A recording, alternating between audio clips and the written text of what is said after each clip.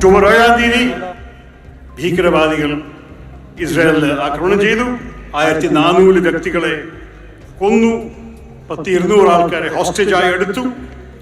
പക്ഷെ അതിൻ്റെ മറുപടി ഇസ്രായേലിൻ്റെ ഗാസയെ ബോംബിംഗ് ചെയ്തിട്ട് 1400 അല്ല, ഒരു 6000 പേരെ കൊന്നു കഴിഞ്ഞു.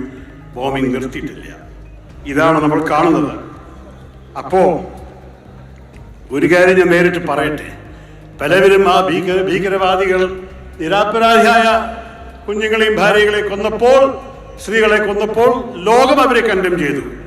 പക്ഷേ ആ ഒരേ കൂട്ടരെ നമ്മളെല്ലാവരും അടക്കം ഇപ്പോൾ ഇസ്രായേലിന്റെ ബോംബിങ്ങിനെയും നമ്മൾ കണ്ടം ചെയ്യുന്നു. ഹമാസ് തീവ്രവാദികൾക്ക് ശക്തമായ പിന്തുണയർപ്പിച്ചുകൊണ്ട് ഇന്ത്യൻ യൂണിയൻ മുസ്ലിം ലീഗ് കോഴിക്കോട് കടപ്പുറത്ത് നടത്തിയ സമ്മേളനം ഉദ്ഘാടനം ചെയ്തത് വിശ്വപൗരൻ ശശി തരൂർ ആയിരുന്നു. മനുഷ്യപക്ഷത്ത് നിന്ന് സംസാരിച്ച തരൂര് ആദ്യം തന്നെ പറഞ്ഞത് ഈ റാലി മുസ്ലിമുകൾക്ക് വേണ്ടി മാത്രമല്ല സകല മനുഷ്യർക്കും വേണ്ടിയുള്ളതാണെന്നായിരുന്നു. അതോടെ ലീഗുകാർക്ക് ആകെ കലിപ്പായി. പുറകെ ഹമാസിനെ ഭീകരവാദികൾ എന്ന് കൂടി ഉറക്കെ വിളിച്ചുകൊണ്ട് തരൂര് തൻ്റെ നിലവാരം രേഖപ്പെടുത്തുകയുണ്ടായി.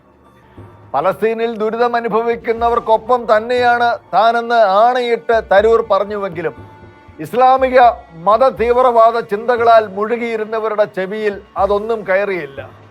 അതുകൊണ്ട് തന്നെ ഹിന്ദുവിൻ്റെയും ക്രിസ്ത്യാനിയുടെയും ജൂതന്റെയും മുസ്ലിമിൻ്റെയും ജീവന് തുല്യ വിലയാണെന്നുള്ള മഹത്തായ മാനവിക സത്യം ഉച്ചൈസ്ഥൈര്യം പ്രഘോഷിച്ച തരൂരിനെ കേട്ടിരുന്നവരൊക്കെ കുപിതരായി തീർന്നു.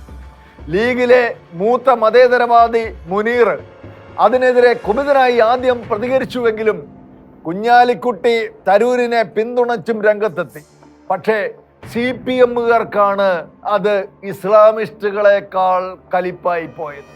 സ്വരാജും ചുമ്മാ കമ്മ്യൂണിസ്റ്റ് ജലീലുമൊക്കെ തരൂരിനെതിരെ ചന്ദ്രകാശമിളക്കി രംഗത്ത് വന്നിരിക്കുകയാണ്. സത്യത്തിന്റെ പക്ഷത്ത് നിന്ന് നിരപരാധികൾക്ക് വേണ്ടി സംസാരിച്ച വിശ്വപൗരൻ ശശി തരൂരിന് കേരളത്തിൽ അഭൂതപൂർവമായ പിന്തുണയാണ് ലഭിച്ചിരിക്കുന്നത്. നിരപരാധികളായ പലസ്തീനികളെ മനുഷ്യ കവചമാക്കി നിർത്തി കൂടുതൽ മരണങ്ങൾക്ക് കളമൊരുക്കുന്ന ഹമാസ് ഭീകരവാദികളെ സന്നദ്ധ സംഘടനാ പ്രവർത്തകർ എന്ന് മുനീറും ജലീലും സ്വരാജും ഒക്കെ വിളിച്ചോട്ടെ. പക്ഷേ വിവരമുള്ളവർ അവരെ ഭീകരവാദികളെന്ന് മാത്രമേ വിളിക്കൂ. അതാണ് തരൂര് വിളിച്ചത്. ഏതായാലും ലീഗിന്റെ തട്ടകത്തിൽ കയറി നിന്ന് ഹമാസ് ഭീകരന്മാരാണെന്ന് പറയാൻ യാഥാർത്ഥ്യബോധവും ആർജവവും കാട്ടിയ തരൂർജിക്ക് ഒരു ബിഗ് സല്യൂട്ട് അർപ്പിച്ചുകൊണ്ട് ഇന്നത്തെ ന്യൂസ് കാൻ ആരംഭിക്കുന്നു. ഹമാസ് തീവ്രവാദികൾക്ക് സമ്പൂർണമായ പിന്തുണ നൽകിക്കൊണ്ട് കേരളത്തിലെ ഇടതന്മാരും വലതന്മാരും കൊണ്ടുപിടിച്ച് പ്രീണന രാഷ്ട്രീയം നടത്തുമ്പോൾ നിരോധിക്കപ്പെട്ട തീവ്രവാദ സംഘടനയിലെ അംഗങ്ങൾ ഹമാസ് തീവ്രവാദികളുടെ കേരള ഘടകമാണെന്നുള്ള മട്ടിൽ തെരുവുകൾ നിരന്ന് ഹമാസിന് അഭിവാദ്യങ്ങൾ അർപ്പിക്കുകയാണ്. നാട് ഭരിക്കുന്ന പാർട്ടി അവർക്ക് ശക്തമായ പിന്തുണ നൽകുമ്പോൾ അവർ വേറെ ആരെ പേടിക്കാനാണ്? അവരത് പ്രചണ്ഡമായി തന്നെ നടപ്പിലാക്കുകയാണ്.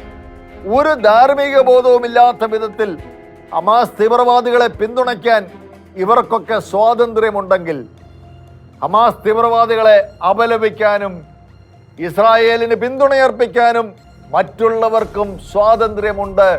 ആ സത്യത്തെ മനഃപൂർവമായി മറന്നുകൊണ്ട് കേരളത്തിൽ തീവ്രവാദികൾ അഴിഞ്ഞാടുന്നുവെന്ന വ്യക്തമായ തെളിവാണ് ഇപ്പോൾ മൂവാറ്റുപുഴയിൽ നിന്ന് പുറത്തു വന്നിരിക്കുന്നത്. മതം ഏതായാലും മതാന്ധത നാടിനെ ഭരിച്ചാൽ മനുഷ്യർ പിശാചുക്കളായി മാറുമെന്നും മതം ഏതെന്ന് പോലും അറിയാത്ത 40 പിഞ്ച് കുഞ്ഞുങ്ങളെ കഴുത്തറുത്ത് കൊന്നതിന് ഹമാസിനോട് പടച്ചവൻ പൊറുക്കില്ലെന്നുമുള്ള ഫേസ്ബുക്ക് പരാമർശത്തിന്റെ പേരിൽ കോൺഗ്രസിന്റെ നേതാവും കോൺഗ്രസ് പാർട്ടിയുടെ ദേശീയ നേതൃത്വത്തോട് വരെ അടുത്ത ബന്ധവും പുലർത്തുന്ന മൂവാറ്റുപുഴ മുനിസിപ്പൽ കൗൺസിൽ അംഗം കൂടിയായ ജോയ്സ് മേരി ആന്റണി എന്ന വീട്ടമ്മയ്ക്കെതിരെ ശക്തമായ സൈബർ ആക്രമണങ്ങളും വധഭീഷണികളുമായി ഇസ്ലാമിസ്റ്റുകൾ രംഗത്തെത്തിയിരിക്കുകയാണ്. ഹമാസ് ഭീകരന്മാരെ അപലപിച്ചതല്ലാതെ പലസ്തീനെയോ മറ്റേതെങ്കിലും ഒരു മുസ്ലിം രാജ്യത്തെയോ കുറ്റപ്പെടുത്തുകയോ എതിർത്ത് പറയുകയോ ചെയ്യാതിരുന്നിട്ടും കേരളത്തിലെ ഇസ്ലാമിസ്റ്റുകൾ അവരെ നാലുപാട് നിന്നും ആക്രമിക്കുകയാണിപ്പോൾ.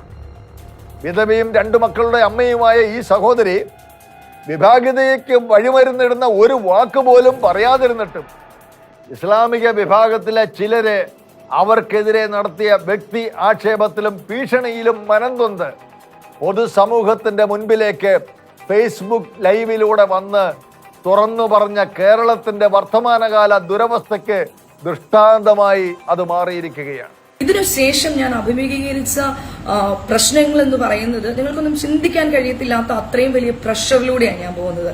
ഫോൺ കോളിലൂടെയുള്ള ഭീഷണികൾ, അതുപോലെ ഇവൻ എന്റെ മക്കളുടെ സുരക്ഷിതത്വത്തെ പറ്റി പോലും ഞാൻ പേടിച്ച കുറച്ച് ദിവസങ്ങളായിരുന്നു പിന്നീട് ഉണ്ടായിരുന്നത്. അത് മാത്രമായിരുന്നു എന്റെ കൺസേൺ, മറ്റൊന്നും എന്നെ ഡിസ്റ്റർബ് ചെയ്യുന്നില്ല.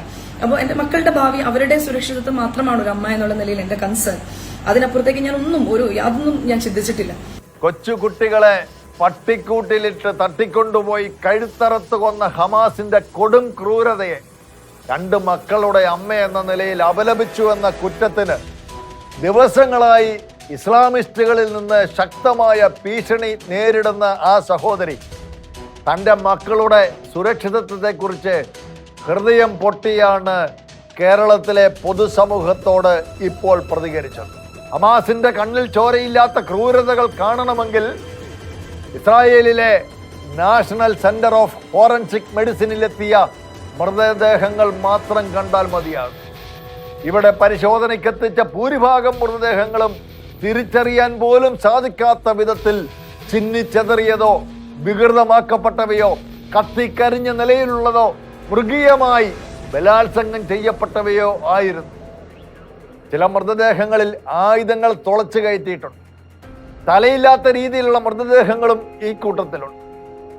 കൊല്ലപ്പെട്ട സ്ത്രീകളിൽ ഭൂരിഭാഗവും ക്രൂരമായ ലൈംഗിക പീഡനത്തിന് ഇരയായിട്ടുമുണ്ട്. ഗർഭിണിയായ ഒരു സ്ത്രീയുടെ വയറ് കീറി കുഞ്ഞിനെ പുറത്തെടുത്ത നിലയിലുമായിരുന്നു. മൃതദേഹങ്ങൾ പരിശോധിക്കുന്ന ജീവനക്കാർ പോലും കടുത്ത മാനസിക വിഭ്രാന്തിയിലായി. ആളുകളെ കെട്ടിയിട്ട് ഹമാസ് ഭീകരർ കത്തിക്കുന്ന സാഹചര്യങ്ങൾ ഉണ്ടായിട്ടുണ്ട്. ലഭിച്ച മൃതദേഹങ്ങളിൽ ഒന്ന് ഒരു സ്ത്രീയും പുരുഷനും ചേർന്ന് ഒരു കുട്ടിയെ കെട്ടിപ്പിടിച്ചിരിക്കുന്നതായിരുന്നു. അവർ ആ കുട്ടിയെ സംരക്ഷിക്കുവാൻ ശ്രമിച്ചിരുന്നതാകാം. പലരെയും കെട്ടിയിട്ട് പീഡിപ്പിക്കുകയായിരുന്നുവെന്ന് പരിശോധനകളിൽ നിന്ന് തന്നെ വ്യക്തമാകുന്നുണ്ട്. 31 വർഷമായി ഇതേ മേഖലയിലാണ് ജോലി ചെയ്യുന്നത്. പക്ഷേ ഒരിക്കൽ പോലും ഇത്രയും ക്രൂരമായ കാഴ്ചകൾ കാണേണ്ടി വന്നിട്ടില്ല. ദയയുടെ ഒരു അംശം പോലും ഇരകളോട് കാണിച്ചിട്ടില്ല എന്ന് വ്യക്തമാക്കുന്നതാണ് ഹമാസിന്റെ ക്രൂരതകളെന്നായിരുന്നു ഫോറൻസിക് ലബോറട്ടറി യൂണിറ്റ് മേധാവി ന്യൂറിറ്റ് മൗളി പറയുന്നത്. ഇതാണ് ശരിക്കും ഹമാസ്. അവരെ കാര്യസാധ്യത്തിന് വേണ്ടി പലസ്തീനികളാക്കി അവതരിപ്പിക്കുകയാണ് തൽപര കക്ഷികൾ. ഹമാസും പലസ്തീനും തമ്മിലുള്ള പ്രകടമായ വ്യത്യാസത്തെക്കുറിച്ച് ഷെക്കനബിക് ഡിബേറ്റിൽ പങ്കെടുത്ത കത്തോലിക്ക കോൺഗ്രസ് നേതാവ് ഡോക്ടർ ചാക്കോ കാളാമ്പറമ്പിൽ പറഞ്ഞത് ഇങ്ങനെയാണ്: ഇസ്രായേൽ യുദ്ധം ചെയ്യുന്നത് വാസ്തവത്തിൽ ഈ ഹമാസ് ഭീകരന്മാരുമായിട്ടാണ്. പലസ്തീൻ എന്ന രാഷ്ട്രത്തോടല്ല, അവിടുത്തെ സാധാരണക്കാരായ ജനങ്ങളോടുമല്ല. പക്ഷേ നമ്മുടെ കേരളത്തിലുള്ളവർ കണ്ണടച്ച് ഇരുട്ടാക്കുകയാണ്. അവർക്ക് മനസ്സിലായിട്ടാണോ മനസ്സിലാകാഞ്ഞിട്ടാണോ എന്ന് അറിഞ്ഞുകൂടാ. ഇസ്രായേൽ പലസ്തീനെയാണ് യുദ്ധം ചെയ്ത് തകർക്കാനായിട്ട് ശ്രമിക്കുന്നത്, അവിടുത്തെ നിരപരാധികളെയാണ് കൊല്ലുന്നത് എന്നാണ് ഇവിടുത്തെ രാഷ്ട്രീയക്കാരും മാധ്യമങ്ങളും മുൻനിര മാധ്യമങ്ങളും എല്ലാം പരിശ്രമിച്ചുകൊണ്ടിരിക്കുന്നത്. അങ്ങനെ തന്നെ സ്ഥാപിച്ചെടുക്കാൻ വേണ്ടിയാണ്. വാസ്തവത്തിൽ ഈ പലസ്തീനും ഹമാസും തമ്മിലുള്ള വ്യത്യാസം എന്താണെന്ന് ഒന്ന് മനസ്സിലാക്കി കൊടുക്കാൻ പറ്റുമോ ഡോക്ടർ ചാക്കോ കാളാമ്പറമ്പിൽ? താങ്കൾ ചോദിച്ചത് വളരെ റിലവന്റ് ആയിട്ടുള്ള കാര്യമാണ്. പലപ്പോഴും നമ്മളിവിടെ ആടിനെ പട്ടിയാക്കുക എന്ന് സാധാരണ ഭാഷയിൽ പറഞ്ഞാൽ അതാണ് ഇപ്പോൾ ഇവിടെ നടക്കുന്നത്. ഞാൻ താങ്കൾ ചോദിച്ച ചോദ്യത്തിന്റെ അടിസ്ഥാനം ഈ ഹമാസിന്റെ സ്ഥാപക നേതാവിന്റെ, അദ്ദേഹത്തിന്റെ പേര് ഷെയ്ഖ് ഹസൻ യൂസഫ് എന്നാണ്. അദ്ദേഹത്തിന്റെ മകന്റെ ചില വാക്കുകൾ അത് CNN-ലും ഫോക്കസ് ന്യൂസിലും ഒക്കെ അദ്ദേഹം കൊടുത്തിരിക്കുന്ന അഭിമുഖങ്ങളിൽ പ്രതിധ്വനിച്ചതാണ്. മൊസാബ് ഹസൻ യൂസഫ് അദ്ദേഹം പറയുന്നത് ഇതൊരു മതയുദ്ധമാണെന്നാണ് അദ്ദേഹം അതിന്റെ അഭിമുഖത്തിൽ പറയുന്നത്. ഹമാസ് ഒരു രാഷ്ട്രീയ പ്രസ്ഥാനമേ അല്ല. അങ്ങനെ ആയിരുന്നെങ്കിൽ പണ്ടേ പാലസ്തീൻ പ്രശ്നം വളരെ അമിക്കബിൾ ആയിട്ട് സെറ്റിൽ ചെയ്യുമായിരുന്നു.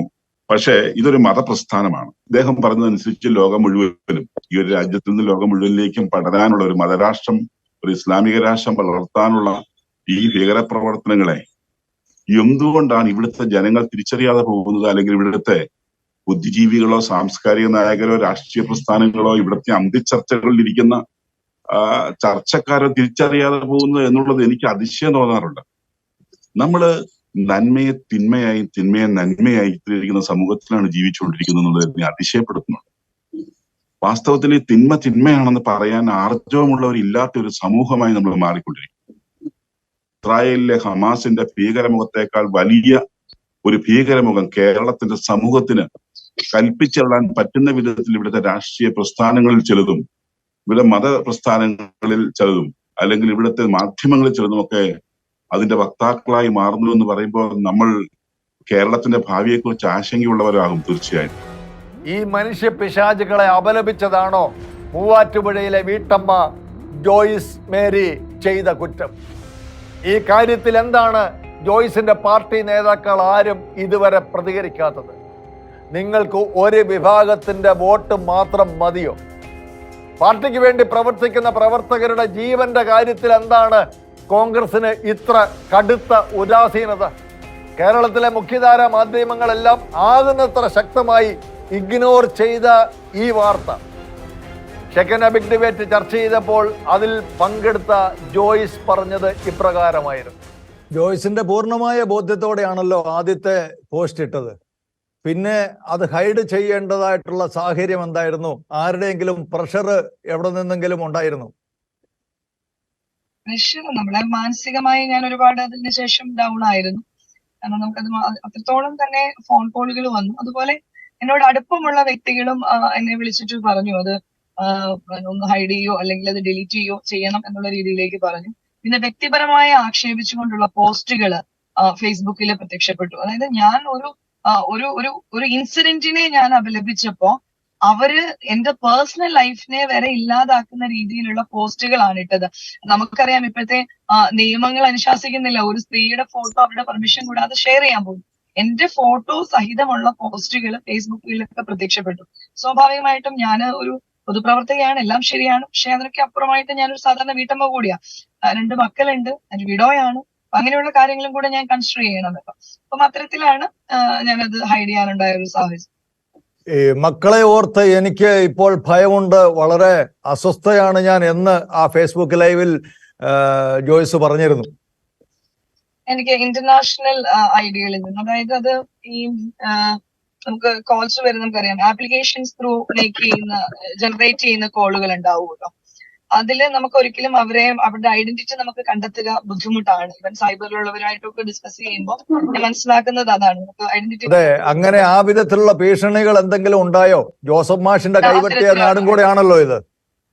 അതെ, അവൻ അതേ സെന്റൻസ് തന്നെ എന്റെ അടുത്ത് പറഞ്ഞിട്ടുള്ളവരുണ്ട്.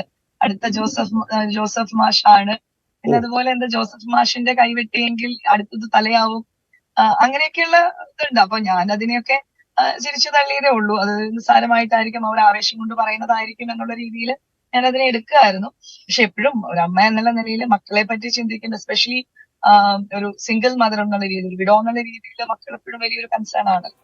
അടിയുറച്ച ക്രൈസ്തവ വിശ്വാസിയും കത്തോലിക്ക കോൺഗ്രസിന്റെ നേതൃത്വത്തിൽ നിൽക്കുന്നയാളും പ്രമുഖ സംരംഭകയും കോൺഗ്രസിന്റെ ദേശീയ നേതൃത്വത്തിൽ പോലും സ്വാധീനവുമുള്ള ഒരു വ്യക്തി ധാർമ്മിക ബോധത്തോടെ ഏതൊരു മതത്തെയും വിമർശിക്കാതെ തീവ്രവാദികളെ അപലപിച്ചുവെന്ന കുറ്റത്തിന് വധഭീഷണിക്ക് സമാനമായ ഭീഷണി നേരിടുമ്പോൾ കേരളത്തിൽ നടക്കുന്ന മത തീവ്രവാദികളുടെ തള്ളിക്കയറ്റത്തെക്കുറിച്ച് കടുത്ത ജാഗ്രത തന്നെ കേരളത്തിലെ സമൂഹം പുലർത്തേണ്ടിയിരിക്കുന്നു. അഭിപ്രായ സ്വാതന്ത്ര്യമുള്ള ഇന്ത്യൻ മണ്ണിൽ ഒരു ഇന്ത്യൻ പൗരൻ പറഞ്ഞത് എന്താണെന്ന് പോലും തിരക്കാതെ അവർക്കെതിരെ പുറപ്പെടുവാനുള്ള ചിലരുടെ വ്യഗ്രതയും അതിന് ഒത്താശ ചെയ്യുന്ന പ്രമുഖ രാഷ്ട്രീയ പാർട്ടികളും അവരുടെ രാഷ്ട്രീയ കോമരങ്ങളും കേരളത്തെ കൊണ്ടുചെന്നെത്തിച്ചിരിക്കുന്നത് എത്ര പരമദയനീയമായ അവസ്ഥയിലേക്കാണ് എന്ന് പ്രത്യേകം പറയേണ്ടതില്ലല്ലോ. ലോകത്തിലെ ഏറ്റവും ശക്തമായ യുദ്ധപ്രതിരോധ സംവിധാനമാണ് ഇസ്രായേലിന്റെ അയൺ ഡോം. അവരുടെ വ്യോമ അതിർത്തിക്കപ്പുറത്തേക്ക് അനുമതിയില്ലാതെ പറക്കുന്നത് ഏത് വമ്പന്മാരുടെ വായു പേടകമായാലും അതിനെ നിമിഷങ്ങൾക്കുള്ളിൽ നിലംപരിശാക്കാൻ പോകുന്ന കരുത്തുള്ള അയൺ ഡോമിനെ മറികടക്കാൻ മിനിറ്റുകൾക്കുള്ളിൽ 5000 റോക്കറ്റുകൾ അയച്ചാണ് ഹമാസ് ഇസ്രായേലിൽ കൂട്ടക്കുരുതി അഴിച്ചുവിട്ടത്. ഒന്നിനു പുറകെ ഒന്നായി ആയിരക്കണക്കിന് റോക്കറ്റുകൾ നിമിഷങ്ങൾക്കുള്ളിൽ അയക്കുകയാണ് അയൺ ഡോമിനെ നേരിടാനുള്ള മാർഗമെന്ന കാലങ്ങൾ നീണ്ട കണ്ടുപിടുത്തം തീവ്രവാദികൾ പ്രായോഗികമാക്കിയ അതേ സമയത്ത് തന്നെ തോക്കുപയോഗിച്ച് ഇസ്രായേലിനകത്ത് ആക്രമണം നടത്താനും വാരാന്ത്യ സംഗീത നൃത്ത പരിപാടികൾ നടക്കുന്ന ഇടത്തേക്ക് ഇരച്ചുകയറി സ്ത്രീകളെയും കുട്ടികളെയും കൊല്ലുവാനും പിടിച്ചുകൊണ്ടുപോകുവാനും തീവ്രവാദികൾക്കായി വാതിൽ തുറന്നു കൊടുത്തത് ആരായിരുന്നു എന്ന ചോദ്യം യുദ്ധം തുടങ്ങിയ നിമിഷത്തിൽ തന്നെ ഉയർന്നു വന്നതാണ്. അതിനുള്ള വ്യക്തമായ ഉത്തരം ഇപ്പോൾ ഇസ്രായേൽ ഡിഫൻസ് ഫോഴ്സ് പുറത്തുവിട്ടിരിക്കുകയാണ്. ഇസ്രായേലിന്റെ ഉള്ളിൽ സ്ത്രീകളും കുട്ടികളും അടങ്ങുന്നവർ പതിവായി സംഗമിക്കുന്നത് എവിടെയാണെന്നും കൂടുതൽ ആളുകൾ കൂടാനിടയുള്ള സംഗീത പരിപാടികൾ നടക്കുന്നത് എവിടെയാണെന്നും എപ്പോൾ കിട്ടിയത് ഇസ്രായേലിന്റെ സഹായത്താൽ ജീവിച്ചിട്ടും പാലൂട്ടുന്ന തന്നെ തിരിഞ്ഞുകുത്തുന്ന നന്ദികെട്ട തീവ്രവാദ ചിന്താഗതിക്കാരും ഗാസയിൽ നിന്ന് വന്ന് കൃഷികളും വ്യാവസായിക പ്ലാന്റുകളും ഹൈടെക് വന്ന് ദിവസവേതനത്തിൽ ജോലി ചെയ്ത് വൈകുന്നേരം മടങ്ങുന്നവരുമായ ആളുകളാണ് തീവ്രവാദികൾക്ക് വേണ്ടി വർക്ക് ചെയ്തത് എന്ന വിവരമാണ് അവർ പുറത്തുവിട്ടിരിക്കുന്നത്. ഇവര് ജൂത സമൂഹ ഏരിയകളുടെ മുക്കും മൂലയും വരെ തീവ്രവാദികൾക്ക് പറഞ്ഞു കൊടുത്തു എന്നാണ് മനസ്സിലാക്കുന്നത്. ഇസ്രായേലിന്റെ അതിർത്തിക്കടുത്ത് ഹമാസ് നടത്തിയ ആക്രമണങ്ങളുടെ ഇസ്രായേലിലെ കിബൂട്സിൽ കുട്ടികളെ കശാപ്പ് ചെയ്ത നിലയിൽ കണ്ടെത്തിയ അക്രമങ്ങളെ കുറിച്ച് ഇസ്രായേലിലെ ഒരു ആർമി കേണൽ പറഞ്ഞിരിക്കുന്നത്.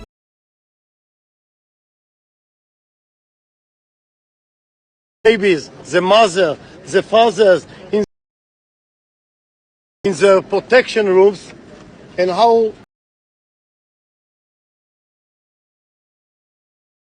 it's a terror activity. ഇസ്രായേലിലെയും പലസ്തീനിലെയും നിരപരാധികളുടെ എടുക്കുന്ന തലത്തിലേക്ക് ഒരു യുദ്ധം കടന്നു വരാനിടയായ ഈ ചാരപ്രവർത്തനം അഭയാർത്ഥികളായും ജോലിക്കായും വരുന്നവർ ആസൂത്രിതമായി ഒരുക്കിയതാണെന്നുള്ള അറിവ് ലോകത്തിന് തരുന്നത് കൃത്യമായ ഒരു മുന്നറിയിപ്പാണ്. എവിടെയാണെങ്കിലും ദയനീയ അവസ്ഥ മാത്രം ലക്ഷ്യമാക്കി വരുന്ന ആളുകളെ ജാഗ്രതയോടെ കരുതിയിരിക്കുക തന്നെ വേണം. കാരണം അവരിൽ പരമാർത്ഥതയോടെ ഉപജീവനം മാത്രം പച്ച മാംസത്തിലും ചോരയിലും ഇത്തരം മത തീവ്രവാദികളും ഉണ്ടാകും. എത്ര നാളുകൾ പണിയെടുത്തിട്ടായാലും എത്ര ക്ലേശിച്ചിട്ടായാലും രാജ്യത്തിന്റെ വിശ്വാസം നേടിയെടുത്തിട്ട്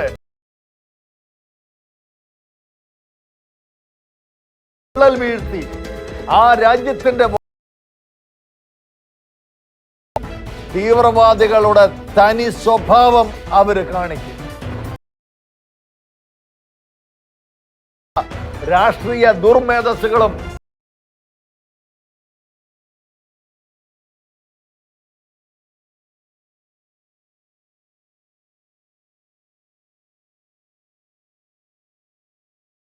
പരിദേവനം, പിന്നെ ആ അതിക്രമം, അത് കഴിഞ്ഞ് നല്ല നിരവാദവും കരച്ചിലും,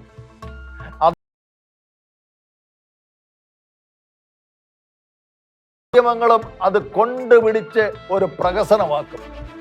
ഇടത് പ്രൊഫൈലുകളും അവരും ആടിത്തമർക്കും. ഈ കളിയാണ് ഇതുവരെ. അതിനി നടക്കത്തില്ലെന്ന് മാത്രമല്ല, അപാകത കഴുത്തിന് പിടിച്ച് രാജ്യത്ത് നിന്ന് പുറത്താക്കുമെന്നും യൂറോപ്യൻ രാജ്യങ്ങൾ സമാധാനവാദികൾക്ക് മുന്നറിയിപ്പ് കൊടുത്തിരിക്കുകയാണ്. ബ്രിട്ടീഷ് പ്രധാനമന്ത്രി ഋഷി സുനക്കും അത് ശക്തമായി തന്നെ പ്രഖ്യാപിച്ചിരിക്കുകയാണ്. Mr. Speaker, I said enough is enough and I mean it, and that means I am prepared to do what must be done.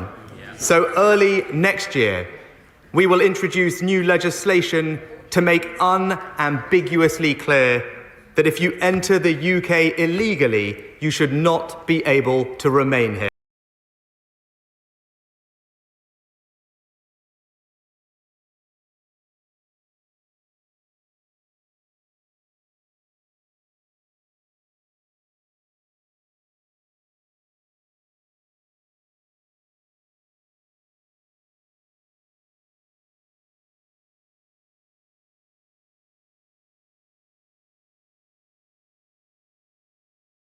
Right to re-entry settlement.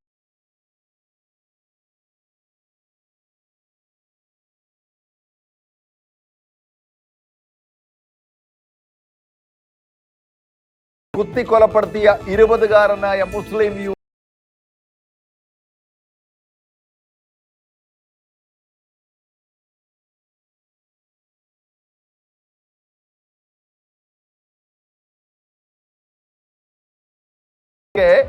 തീവ്രവാദ ഭാഷയിൽ വന്നിരിക്കുന്ന റിപ്പോർട്ടുകൾ ഈ കുടിയേറ്റ നിയമങ്ങൾ ശക്തമാക്കുവാൻ ഫ്രഞ്ച് ആഭ്യന്തര മന്ത്രാലയവും രംഗത്തെത്തിയിരിക്കുകയാണ്. മെലോണി അധികാരത്തിൽ വന്നതിന് ശേഷം കുടിയേറ്റ നിയമം കർശനമാക്കിയ ഇറ്റലി അനധികൃത അഭയാർത്ഥികളുടെ ശവശരീരങ്ങൾ ഒഴുകുന്ന ശവക്കടലായി മെഡിറ്ററേനിയൻ കടൽ മാറിയെന്ന റിപ്പോർട്ടുകളും മറ്റും പുറത്തു വന്നതോടെ നിയമങ്ങൾ കൂടുതൽ കർശനമാക്കിയിരിക്കുകയാണ്. അടുത്തിടെ ഫ്രാൻസ് അടക്കമുള്ള ആക്രമണം അഴിച്ചുവിടുകയും ചെയ്തതോടെ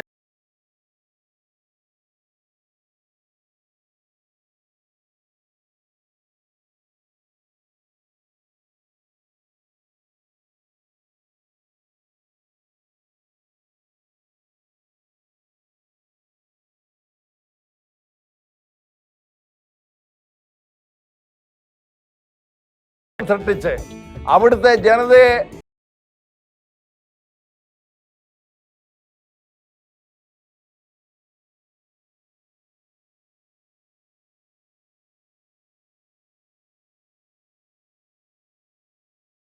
ിരിക്കുകയാണ്.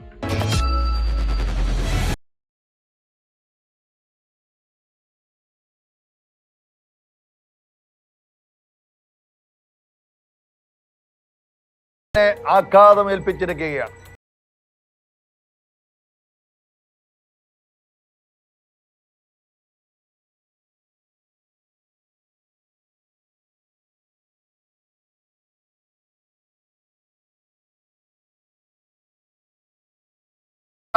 ആക്രമണങ്ങൾക്ക് നേരെ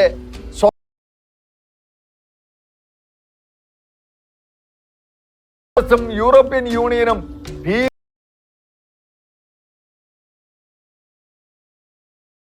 അവകാശമുണ്ടെന്നുമുള്ള യാഥാർത്ഥ്യം തുറന്ന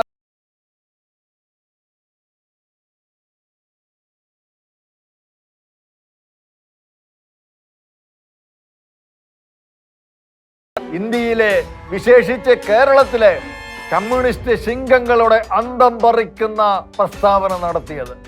ചങ്കായ ചൈനയുടെ ഒരു ചാതി നോക്കിക്കോണേ. വെറുപ്പിക്കാത്ത മാവോയുടെ ചൈന നിർത്തിയിട്ടും ഇന്ത്യയിലെ പുരോഗതി ശുഷ്കിച്ചു നിൽക്കുന്ന കമ്മ്യൂണിസ്റ്റുകൾ വിവേകമോ ഇല്ലാതെ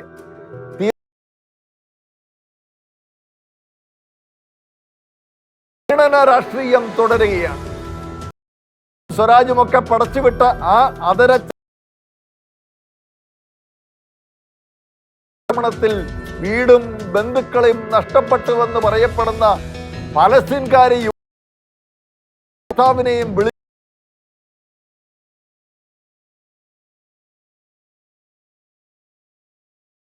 കേരളത്തിൽ വന്ന് പഠനം നടത്തുന്ന പലസ്തീൻ ഫുറാത്ത് അൽ മൊസാൽമിയും അവളുടെ അബുദാബിയും കനകക്കുന്ന്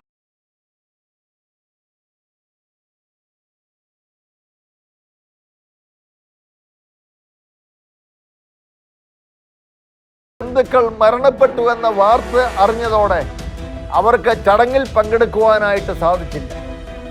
ഇതറിഞ്ഞപ്പോഴാണ് പിണറായി വിജയൻ അവരെ ഫോണിൽ വിളിച്ച് ആശ്വസിപ്പിച്ചത്. യുദ്ധം മൂലം ദുരിതം അനുഭവിക്കുന്നത് പലസ്തീൻകാരായാലും പാകിസ്ഥാൻകാരായാലും അവരെ ആശ്വസിപ്പിക്കുക തന്നെ വേണം.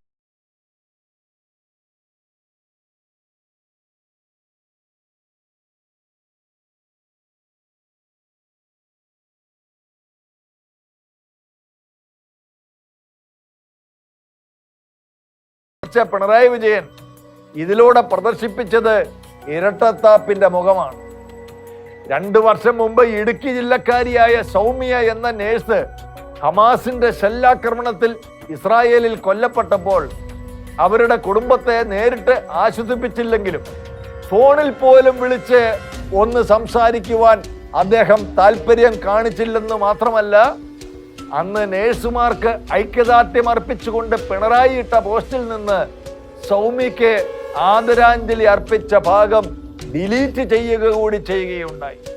താൻ മുഖ്യമന്ത്രിയായിരിക്കുന്ന സംസ്ഥാനത്തെ സ്വന്തം വോട്ടറായ സൗമ്യയുടെ കുടുംബത്തോട് കാണിക്കാത്ത അനുകമ്പ പാലസ്തീൻകാരിയോട് കാണിക്കുമ്പോൾ അതിലെ അസ്വാഭാവികത വിളിച്ചു പറയാതിരിക്കുന്നത് എങ്ങനെയാണ്? അതുമാത്രമല്ല, ഹമാസ് തീവ്രവാദികളിൽ നിന്ന് തങ്ങൾ കെയർ ചെയ്യുന്ന ഇസ്രായേലി കുടുംബത്തെ രക്ഷപ്പെടുത്താൻ 4 മണിക്കൂർ സമയം ഭഗീരഥ പ്രയത്നം കഴിച്ച കോട്ടയംകാരി മീരാ മോഹനനെയും കണ്ണൂർ സ്വദേശിനി ശബരിയെയും ഇസ്രായേലും ലോക രാഷ്ട്രങ്ങളുമെല്ലാം അഭിനന്ദിക്കുകയും ദേശീയ മാധ്യമങ്ങളിലൊക്കെ അക്കാര്യം വലിയ പ്രാധാന്യത്തോടെ വാർത്തയാക്കുകയും ചെയ്തപ്പോൾ അവർ വലിയ ആവേശത്തോടെ കാത്തിരുന്നത് തങ്ങളുടെ മുഖ്യമന്ത്രിയായ പിണറായിയുടെ ഒരു കോളായിരുന്നു. അതിനൊന്നും മെനക്കെടാത്ത പിണറായി വിജയന്റെ ഇപ്പോഴത്തെ ഈ ആശ്വസിപ്പീര് നാടകം കാണുമ്പോൾ വാസ്തവത്തിൽ നാണക്കേട് തോന്നുകയാണ്. ഏത് കാര്യത്തിലും ഇതുപോലെ വോട്ട് ബാങ്ക് മാത്രം ലാക്കാക്കിക്കൊണ്ട് പ്രീണന രാഷ്ട്രീയം കളിക്കുന്ന മുഖ്യമന്ത്രിയോടും കൂട്ടരോടും ഒരു വാക്ക് ഓർമ്മിപ്പിക്കുകയാണ്, അങ്ങ് കേരളത്തിന്റെ മുഖ്യമന്ത്രിയാണ്, അല്ലാതെ ഒരു പ്രത്യേക ജനവിഭാഗത്തിന്റെ മാത്രം മുഖ്യമന്ത്രിയല്ല. 7ാം നൂറ്റാണ്ട് മുതൽ ആരംഭിക്കുന്ന കേരളത്തിലെ ഇസ്ലാം മതത്തിന്റെ ചരിത്രം വിവരിക്കുന്ന ഡിജിറ്റൽ പ്രൊഡക്ഷന് വേണ്ടി 1 കോടി രൂപ മാറ്റിവെച്ചിരിക്കുകയാണ് മുഹമ്മദ് റിയാസ് മന്ത്രിയായിരിക്കുന്ന ടൂറിസം വകുപ്പ്. കേരളത്തിലെ പൗരാണികമായ മുസ്ലിം പള്ളികൾ, അതിലെ വാസ്തുവിദ്യകൾ, മുസ്ലിം മതവിശ്വാസികളുടെ ജീവിതശൈലി, സംസ്കാരം, അവരുടെ ഭക്ഷണം, കലാരൂപങ്ങൾ, ഉത്സവങ്ങൾ ഇവയെക്കുറിച്ചെല്ലാമുള്ള വിവരണം നൽകുന്ന 6 അധ്യായങ്ങൾ ചേർത്ത് നിർമ്മിക്കുന്ന മൈക്രോ സൈറ്റ് നിർമ്മാണത്തിനാണ് ഈ ചെലവ്. കേരളത്തിലേക്ക് വരുന്ന ഇസ്ലാമിക തീർത്ഥാടകർക്ക് ഈ പറയപ്പെട്ട വിഷയങ്ങളെല്ലാം ഇപ്പോഴും ഗൂഗിളിൽ സജീവമാണെങ്കിലും മന്ത്രി മുഹമ്മദ് റിയാസിന്റെ ഭരണപരിഷ്കാരത്തിൽ ഒരു പൊൻതൂവലായി മാറ്റുവാനാണ് ഹൈന്ദവരും ക്രൈസ്തവരും അടങ്ങുന്ന പൊതുജനങ്ങളുടെ നികുതി പണം ചെലവാക്കുന്നത്. നിർബന്ധമാണെങ്കിൽ അങ്ങനെയൊക്കെ ചെയ്ത് നിർവൃതി അടയട്ടെ. പക്ഷേ ഇത് വോട്ട് ബാങ്ക് മുന്നിൽ കണ്ടുള്ള അങ്ങേയറ്റം ഹീനമായ ഇസ്ലാമിക പ്രീണനമല്ലെങ്കിൽ ഇസ്ലാം മതം എത്തുമ്പോൾ ഇവിടെ ഉണ്ടായിരുന്ന ഹിന്ദു മതത്തെക്കുറിച്ചും ഇസ്ലാം മതം എത്തുന്നതിനും നൂറ്റാണ്ടുകൾക്ക് മുമ്പ് ഇവിടെ എത്തിയ ക്രിസ്തു മതത്തെക്കുറിച്ചും വിശദമാക്കുന്ന ഇത്തരം മൈക്രോ സൈറ്റുകൾ നിർമ്മിച്ചാൽ അത് ഇതിൽ കൂടുതൽ തീർത്ഥാടകരെ ആകർഷിച്ച് ടൂറിസം വികസനത്തിൽ വലിയ വിപ്ലവം തീർക്കുമെന്നുള്ള കാര്യത്തിൽ സംശയമില്ല.